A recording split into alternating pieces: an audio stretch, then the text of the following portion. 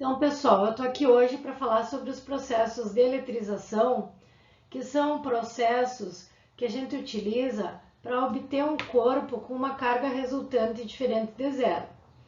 Muitas vezes um corpo é encontrado no seu estado neutro, né? Um corpo eletricamente neutro tem a mesma quantidade de cargas positivas e negativas. Então, eu preciso fazer algum processo de eletrização para que eu tenha um resultado que esse corpo seja eletricamente carregado, que tenha uma carga diferente de zero. Então, eu tenho três tipos de processos, que são processo de eletrização por atrito, por contato e por indução.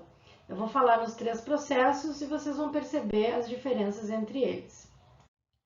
Então, o primeiro processo, que é a eletrização por atrito, o atrito, a palavra já diz, é uma fricção entre dois objetos, tá? Então, para eu eletrizar dois corpos por atrito, eu preciso friccioná-los, friccionar um corpo no outro, e essa fricção, esfregar um corpo no outro, faz com que haja uma transferência de elétrons de um corpo para o outro.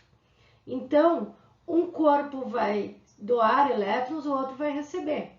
Então, a mesma quantidade de elétrons que um corpo doa, o outro recebe. Então, eu tenho como resultado corpos que vão ter cargas com o mesmo valor. Então, se um corpo cedeu 6 elétrons, o outro recebeu 6 elétrons. Então, eu vou ter um corpo com a carga 6 positiva, né? Por exemplo, e o outro com a carga 6 negativa, em unidades de carga, né? Então, o que ganha elétrons fica com a carga negativa e o que perde elétrons fica com a carga positiva. Então, o mesmo valor, né? Só que sinais contrários. Então, esse processo de fricção me permite arrancar elétrons, inclusive de corpos que sejam isolantes. Tá? O isolante tem, a diferença entre o isolante e o condutor é que o isolante tem os seus elétrons bastante presos ao núcleo atômico. O condutor tem os elétrons livres, ele tem uma facilidade para mover os seus elétrons, e de um corpo para outro, inclusive. Tá? E o isolante não tem essa facilidade, mas ao friccionar um corpo no outro, a gente consegue arrancar elétrons de um corpo e passar para outro. Tá? Então, esse processo funciona inclusive para isolantes. Tá? Então, no meu exemplo aqui na minha figura, eu tenho um bastão de vidro que está inicialmente neutro e um pedaço de lã que também está inicialmente neutra. Por que eu tenho objetos neutros? Porque eu quero eletrizá-los, tá? Se eu tivesse objetos com carga aqui, eu não teria por que fazer o processo de eletrização. Então, eu vou ter dois objetos eletricamente neutros que serão atritados entre eles, tá? O vidro vai ser friccionado na lã e neste exemplo, o vidro vai transferir uma quantidade de elétrons para a lã. Então, a quantidade de elétrons que o vidro perdeu aqui, esse bastão perdeu no exemplo, tá, da figura, perdeu 6 elétrons, ficou com a carga 6 positivo, e a lã ganhou 6 elétrons, ficou com a carga 6 negativa. Então, eu vou ter um corpo sempre positivamente carregado e o outro corpo negativamente carregado, porque um vai doar elétrons para o outro. Esse processo, então, de fricção arranca elétrons de um corpo e passa para o outro, sendo que eu tenho um resultado de cargas de sinais contrários, mas com o mesmo valor, porque tudo que um doa, o outro recebe, tá? Se eu quisesse saber qual corpo fica positivo e qual corpo fica negativo, existe na literatura uma tabela, algumas tabelas que se chamam série triboelétrica, tá? Se encontra em livros, na internet, inclusive, que tem os materiais, se eu atritar qual com qual, quem que vai ficar positivo e quem que vai ficar negativo, tá? Essa tabela é baseada na afinidade, na eletronegatividade né? Ou seja, na tendência que alguns materiais, alguns átomos têm de doar elétrons e outros materiais têm de receber elétrons, tá? Então, para alguns materiais mais conhecidos, mais estudados, a gente tem essas tabelas e a gente pode descobrir quem que vai ficar positivo e quem que vai ficar negativo quando esses dois materiais forem atritados, tá? Mas em geral nós não estamos muito preocupados em saber quem é o positivo e quem é o negativo, tá? Mas se quiser saber, a gente pode recorrer a uma série triboelétrica. Então, na eletrização por atrito, fricciono dois materiais, podem ser isolantes, arranco os elétrons de um material que acaba passando para outro, tenho um material positivo e um material negativo no final do processo de eletrização. O segundo processo de eletrização é o processo de eletrização por contato. Nesse processo, eu vou precisar que o corpo os corpos envolvidos, na verdade, no processo de eletrização, tem uma tendência a movimentar suas cargas elétricas. Então, os materiais que têm uma mobilidade mais facilitada das cargas são os materiais condutores. Então, eu preciso que os meus materiais sejam condutores nesse processo, porque eu simplesmente vou encostar os dois corpos e aí, ao tocar dois corpos condutores, eu consigo fazer com que, se um corpo tiver um excesso de carga, ele passe um tanto desse excesso de carga para o outro corpo, tá? Mas ele tem que ter uma tendência a movimentar essas cargas, uma facilidade, por isso que eu preciso que os materiais sejam condutores, tanto um para passar suas cargas, quanto o outro para distribuir as suas cargas aí na superfície do material, tá? Por que acontece isso? Os materiais que tiverem um excesso de cargas, quando a gente fala que o material está carregado, ele tem carga de um determinado sinal, certo? Cargas de mesmo sinal se repelem, então o material quer repelir as cargas e deixar elas o mais longe possível. Então, se tiver outro material para distribuir um tanto das cargas, ele vai conseguir distanciar mais ainda suas cargas. Então, a tendência é que o material doe cargas para outro, se ele tiver um contato, né, uma possibilidade e um caminho, para que as cargas, devido à repulsão eletrônica, atinjam o seu equilíbrio eletrostático e mantenham a maior distância entre si, tá? Então, vamos ver o exemplo aqui que talvez fique mais claro. Imagina que eu tenho um corpo A inicialmente neutro, porque é o corpo que eu quero carregar. Então, ele está neutro, mas eu preciso de um segundo corpo para fazer o contato que esteja inicialmente carregado, tá? No meu exemplo, o corpo B tem uma quantidade de cargas negativas. Então, como esses materiais são condutores, ao encostar o corpo B no corpo A, o corpo B vai ter uma possibilidade agora de distribuir os elétrons que querem se repelir, e de forma que aqui eu vou ter menos elétrons, né? Eles vão ter uma distância maior entre si. Ele coloca um pouco dos elétrons do corpo A. Então, ao encostar o corpo B no corpo A, ele passa um tanto dessas cargas negativas para o corpo A, e isso, inclusive, é proporcional ao tamanho do corpo. Quanto maior o corpo, eu vou ter melhor para distanciamento entre as cargas, essa distribuição de cargas, então vai se dar proporcionalmente ao tamanho do corpo.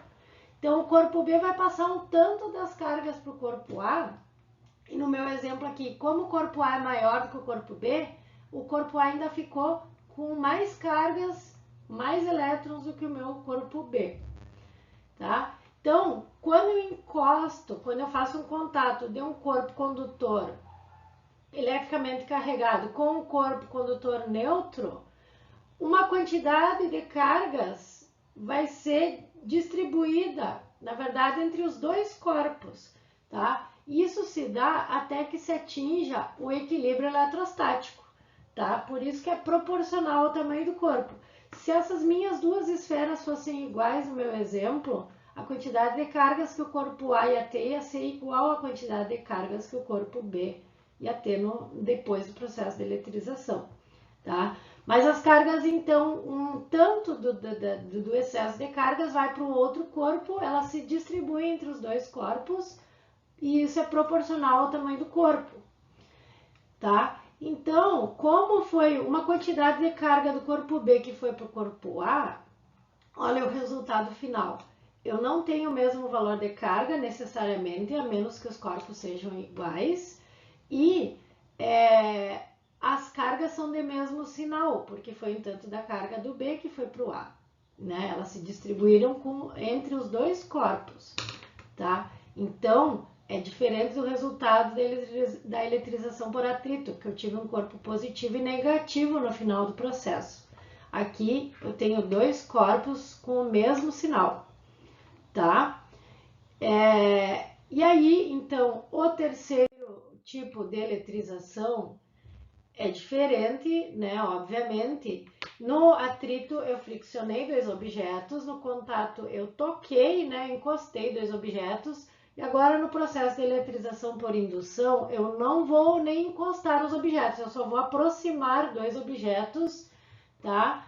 E eu preciso que o meu corpo a ser eletrizado seja um material condutor, tá?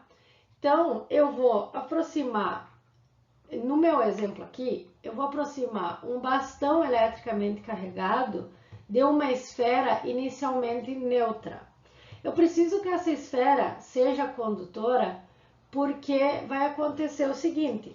Imaginem que a minha esfera está inicialmente neutra, tá? Então, se a minha esfera é neutra, a quantidade de cargas positivas e negativas que ela tem é igual, certo?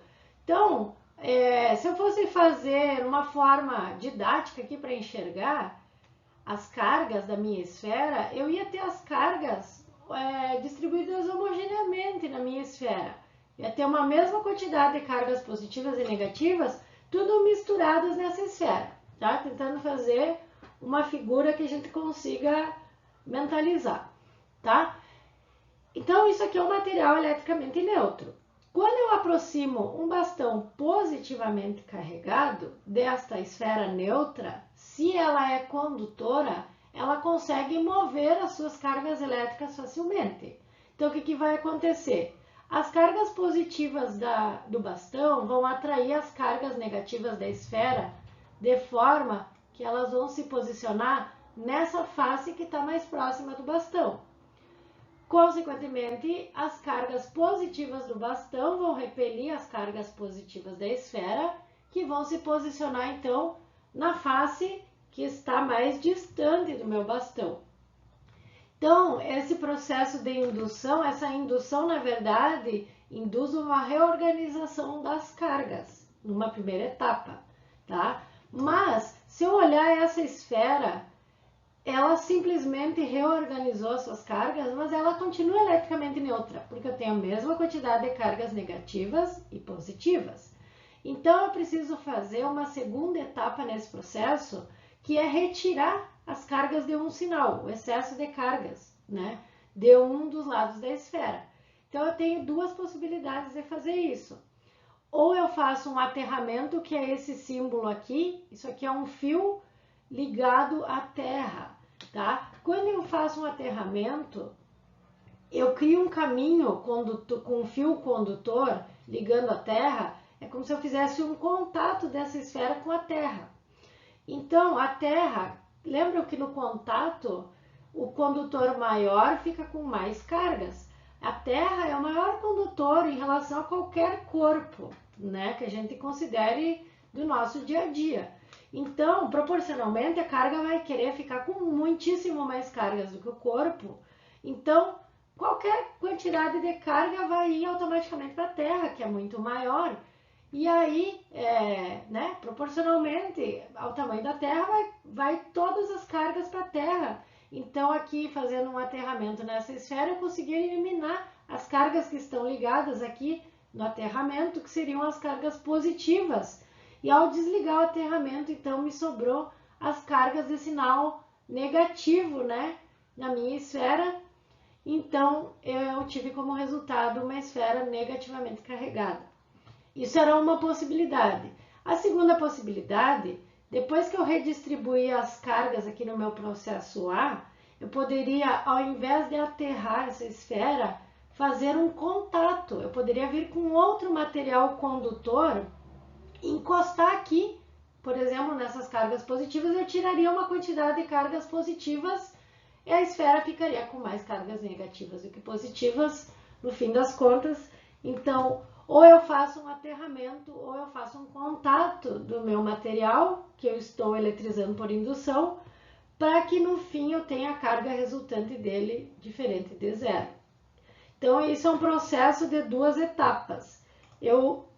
Se eu só aproximar um objeto positivamente carregado, ou qualquer, na verdade, qualquer sinal, né? Se eu aproximar um objeto carregado de um condutor, as cargas do condutor vão se reposicionar, tá? Mas aí eu preciso ou aterrar as cargas desse condutor ou fazer um contato com outro condutor para que de fato ele seja eletrizado no final das contas, tá? Porque se eu tiver a mesma quantidade de cargas positivas e negativas, isso ainda é um material eletricamente neutro, tá? Então, esse é um processo de duas etapas, e esse aterramento que eu falei, vocês já devem ter ouvido falar que se usa o terra, por exemplo, em eletrodomésticos, em alguns dispositivos eletrônicos, que é uma questão de segurança. Ele serve para retirar o excesso de cargas, de fato, e aí pode evitar danos ou choques elétricos do equipamento, tá? Por essa lógica de transferir uma quantidade de cargas para a terra, tá? Então, o processo de eletrização por indução me deu como resultado, olha só, o meu bastão e a minha esfera. O bastão ficou positivamente carregado, que estava, né, inicialmente carregado, e a esfera negativamente carregada. E essas cargas não têm o mesmo valor, então tem um resultado diferente aqui, ó. Por que não tem o mesmo valor? As cargas negativas da esfera eram da própria esfera. As cargas do bastão continuaram sendo as mesmas. Não foi o bastão que transferiu elétrons para a esfera, foi apenas uma das cargas da esfera que foi retirada, sobrando a carga de outro sinal.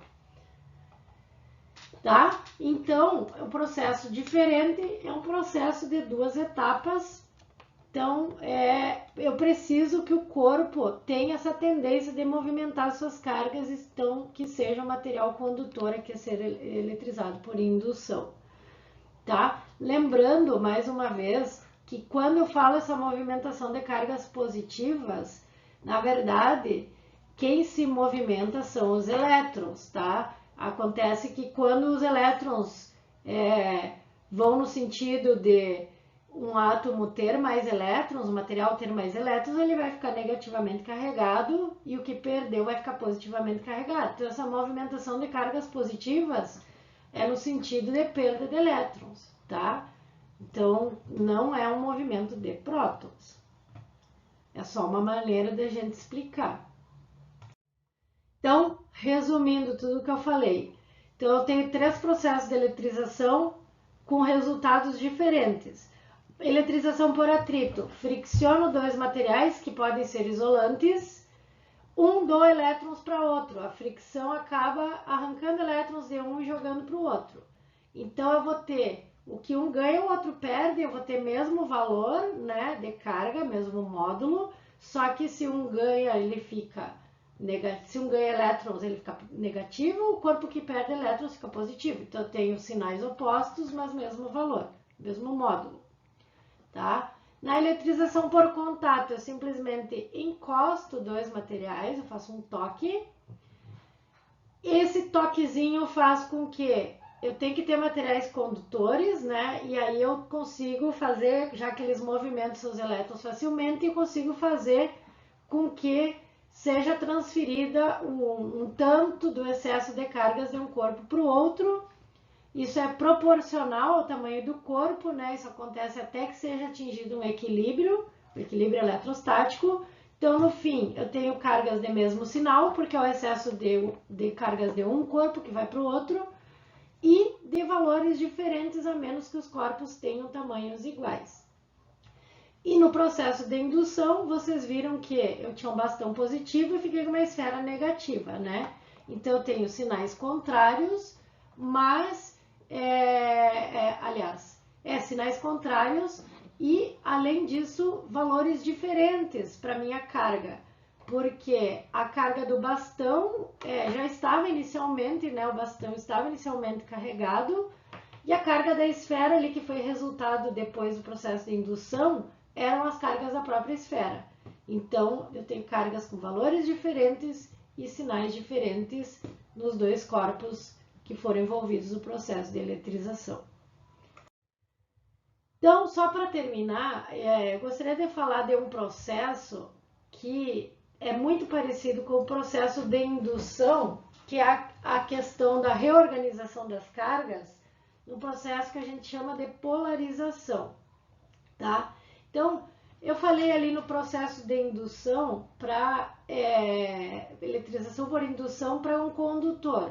Mas se eu tiver um material isolante e eu aproximar, vamos supor o mesmo exemplo, que eu tenho a esfera e o bastão. Se eu aproximar, não fazendo contato, tá? Minha figura não ficou tão boa. Mas se eu aproximasse o bastão de uma esfera isolante, aconteceria uma reorganização das cargas, mas a nível atômico. Então, eu tenho o que a gente chama de polarização a nível atômico. Eu teria uma reorganização das cargas do tipo que a esfera sofreu ali no processo de indução. As cargas negativas no meu átomo aqui querem ficar mais próximas do bastão e as cargas positivas mais afastadas. Então, as cargas negativas estão sempre mais voltadas para a face mais próximas do bastão, né? E as cargas positivas para o outro lado.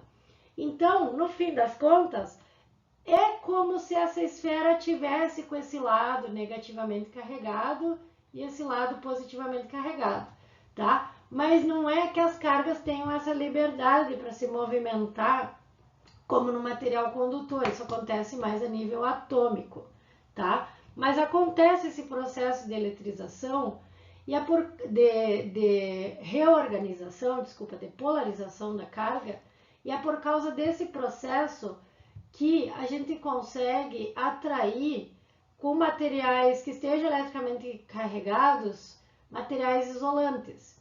Então, um exemplo muito clássico de experimento que onde é visto esse processo de polarização é um experimento onde atritam uma caneta ou um pente no couro cabeludo. Então, olha só, ao atritar a caneta no couro cabeludo, eu estou eletrizando a minha caneta pelo processo de eletrização por atrito, e aí aproximam essa caneta de pequenos pedacinhos de papel. O papel é eletricamente isolante. E aí, vocês já viram que a caneta consegue, ou o pente, né, na minha figura, consegue atrair os pedacinhos de papel? Como que esse objeto carregado atrai um objeto isolante, que é neutro, né? Então, acontece esse processo de polarização. Então, nos meus pedacinhos de papel, quando eu aproximo a caneta ou o pente, acontece o que está na minha figura aqui, ó. Na minha figura tem um pente, né, positivamente carregado. Ao aproximar do pedacinho de papel, o papel tem essa polarização das cargas a nível atômico, que é como se a face que está mais próxima do papel ficasse negativamente carregada, a face que está mais próxima do pente é como se ficasse negativamente carregada e a face oposta positivamente carregada. Então, o que acontece? Lembra que as cargas de sinais contrários se atraem e as cargas de mesmo sinal se repelem. Então, a carga positiva do pente quer atrair a carga negativa do papel. A carga positiva do pente quer repelir a carga positiva do papel. Mas as cargas negativas do papel estão mais próximas do pente. Então, a força de repulsão é maior aqui nas cargas negativas do que desculpa, falei repulsão, né? A força de atração das cargas negativas é maior, porque elas estão mais próximas do pente, do que a força de repulsão lá das cargas positivas, que estão lá do outro lado do papel. Então, no fim das contas, ao aproximar o pente ou a caneta do papel, o papel polariza suas cargas e ocorre a atração, já que as cargas negativas do papel estão voltadas para o lado positivo aqui do pente ou da caneta. Então, esses experimentos, os gregos antigos faziam com âmbar, atritando âmbar, levantando pelos e penas, atritando um canudinho, a gente consegue desviar um filete de água. Esses experimentos onde a gente coloca o material eletrizado e ele atrai um material isolante, esse fenômeno ocorre por causa desse processo de polarização da carga, tá? Claro que muitas vezes a gente não vai conseguir perceber essa polarização. Por exemplo, se eu tivesse um pente e um pedaço de papel grande, porque daí eu tenho o peso do papel, eu tenho outras questões que a minha força eletrostática precisaria ser superior aí para a gente de fato visualizar essa atração, tá? Mas existem alguns experimentos onde a gente de fato visualiza, tá? Então é esse o fenômeno que permite com que um objeto eletricamente carregado atraia um objeto eletricamente neutro e isolante. Tá? Então eu encerro aqui a minha apresentação falando nas minhas referências. Eu uso todos esses livros e recomendo a leitura. Qualquer um dos volumes 3 de Física para Eletromagnetismo é altamente recomendado, e esse livro, Física Conceitual, eu acho ele muito bom para leitura das partes dos conceitos e das teorias da física. Muito obrigada pela atenção.